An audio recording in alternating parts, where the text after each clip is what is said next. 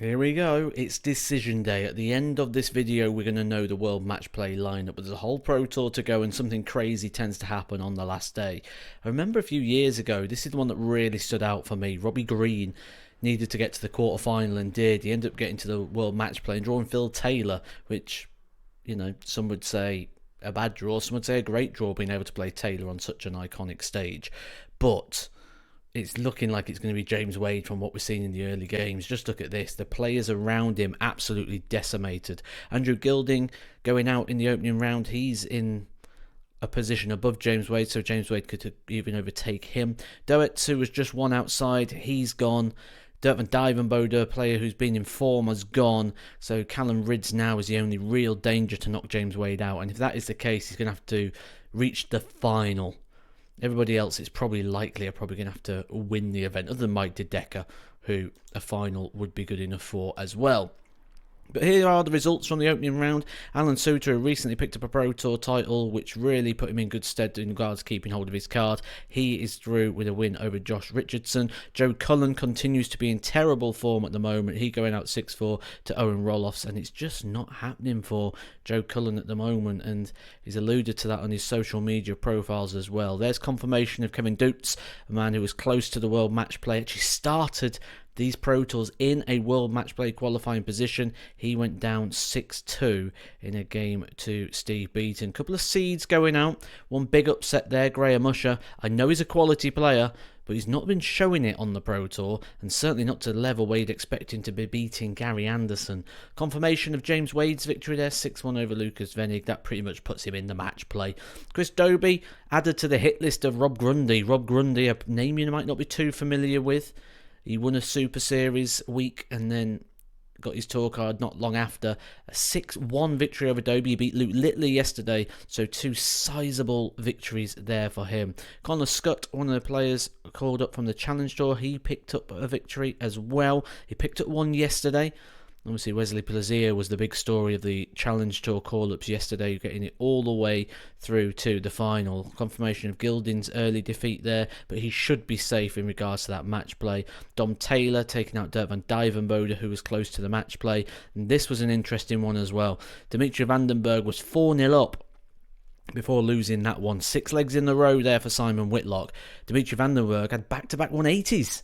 Wasn't able to take out the 1-4-1, missed a few shots and then never recovered. Whitlock, 6-4 winner. Second round's where we take a moment to look at the big performers of the round. 4 players today, averaging over 100. Dom Taylor again, 100 averaging, 6-3 win over Sedlacek. He's really developing into a good player. Keep your eye on that name as the year goes on. Connor Scott, the Challenge Tour call-up, took Luke Humphries all the way to a last leg. He was actually 5-4 up, didn't get over the line. Humphries 104.78, the performance of the round, and he needed that against Challenge Tour Connor Scott.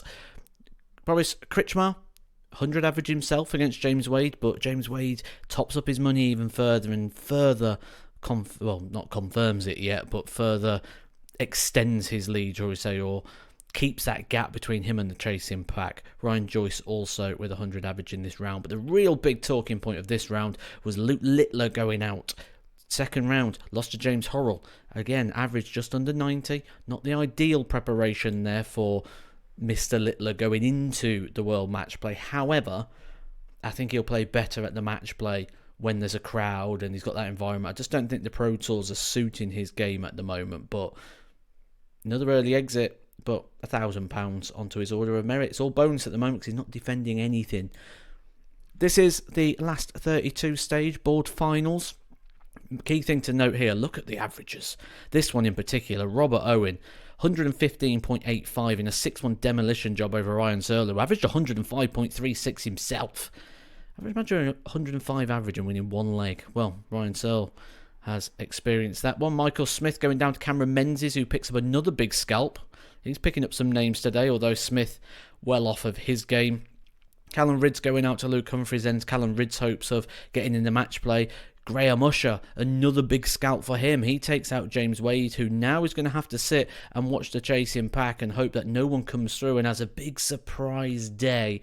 Kind of like Wesley Plazia had yesterday. He's just out Gerwyn Price, He's on course again, but he won't make the match play, but this is really strengthening his challenge in regards to Players' Championship finals and World Championship places, which we will pick up on towards sort of after the match play when I do these reviews. Johnny Clayton, great to see him coming back to form as well.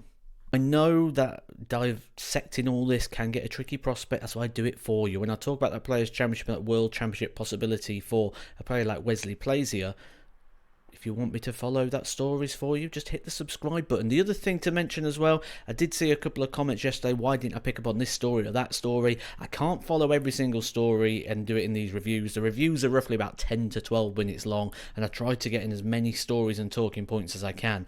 Consider this a thread starter. If there's something that you think needs to be mentioned, get down to the comment section down below and pop it in there, and we've got a great community here on Edgar TV. Let's talk about all those stories. If you think I've missed something, pop it down below and let's discuss it down in the comment section as well. It's not just about what you see in the video. Use that comment section as well, and make sure you subscribe on your way down there. 50 subscribers away from 50,000. It'd be great if you could just press that button on your way past.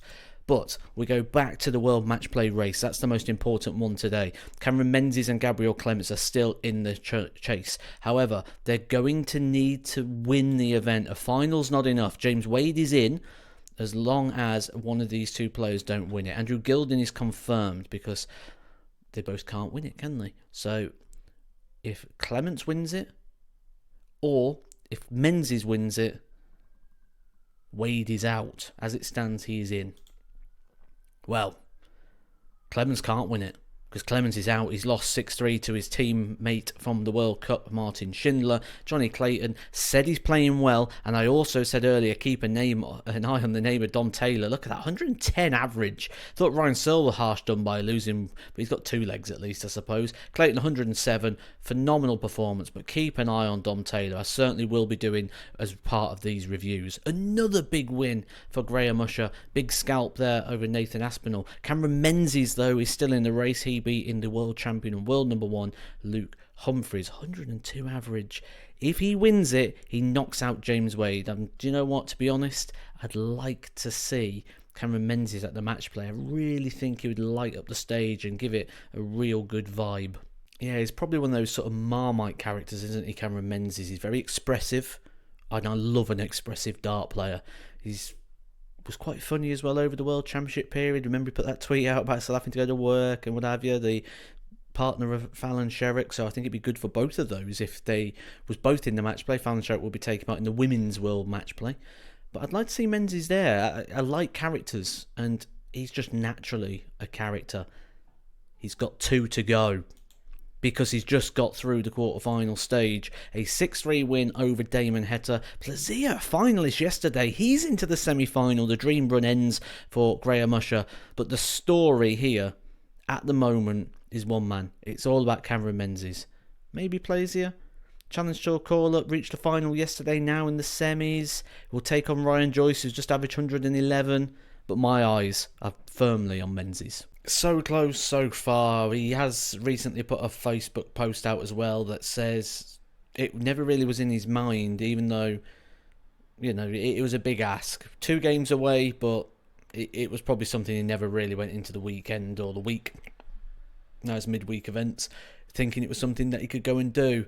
He's gone out to Johnny Clayton. Johnny Clayton playing well, 7-3 victory there. And Plazier in the final again, back-to-back finals. We'll come back to that story in a moment, but because the big story now is the World Match Play field is confirmed. It's the 16 players from the 2-year Order of Merit taking on the 16 players from the 1. So what will happen now, the draw will be had. One player will come from this side, and they will play someone from the main Order of Merit. So you won't get like Humphries Van Gerwen. It'll be Humphries versus one of these. These will all be in their position. So 1, 16 and so on. So these will be seeded into the event and these will be drawn in. Now when we take a look at the 1-year Order of Merits, some terrible draws in there. Gary Anderson, who's going to want to play him? Josh Rock, Ryan Searle. Ryan Searle's been in the top 16 the last couple of years, now goes in off the 1-year Order of Merit. Premier League champion Luke Littler, man in form, win rate better than when he was winning major events. Daryl Gurney, Van Barneveld, legend of the sport. Now There's a couple of players in here who's lost form, but the same could be said on this side. Joe Cullen struggling for wins at the moment. Peter Wright, Nathan Aspinall. So there's going to be some interesting draws, and I think we're going to get a good split in regards to that sort of 1 year and 2 year order of merit. Essentially, the 1 year order of merit is saying we've got the most informed players in the world right now, the top 16 over a year. Take on the players from the 2 year. Now, traditionally, the players from the 2 year order of merit win quite heftily. I think we could see 5, maybe more, draw dependent, 1 year order of merit players beat those top 16. Let me know in the comments section how many you think are going to go out from the 2 year order of merit ranking system. Now, it really was a belting effort there from Wesley Plaisier, again averaging 100, not enough though on this occasion. The 106 from Johnny Clayton, getting him over the line and back in the winner's enclosure. But look at the legs here. He did fight hard at the very end there. 2 12 darters back to back, another 12 darter there for Wesley Plaisier, a 13 darter. So yeah, we got the 17 darter there, but after that it took a 13 and 3 12s to be able to register any other leg within the match. So huge congratulations go out to Johnny Clayton and Ross Smith, the 2 winners, both beating Plaisier in the final. For Plaisier, as I mentioned, World Championship and Players Championship finals look very much on the cards, which means we may have to start looking at Plaisier as well within the order of merit system. He's gone up 45 places in the world rankings. If he reaches the top 64 of this, he will get a PDC Tour card, and that includes the World Championships and the Players' Championship money to go on top of that. So he could be in a bit of a position come the end of the year, certainly if he can win some of the major events. We'll keep an eye on the story of Wesley Plaisier throughout the year and all the other talking points. I'm going to go down to the comments section and see who you think we should be talking about in these Pro Tour roundups. Dom Taylor and Plaisier, 2 players that are really standing out right now. The other thing that really stands out is, once again, validity here, that the Challenge Tour system should have more than 2 tour cards available for it. Let me know your thoughts on that down in the comments. Subscribe on your way past, and I'll catch you soon for some more Edgar TV when we're going to be discussing World Match Play.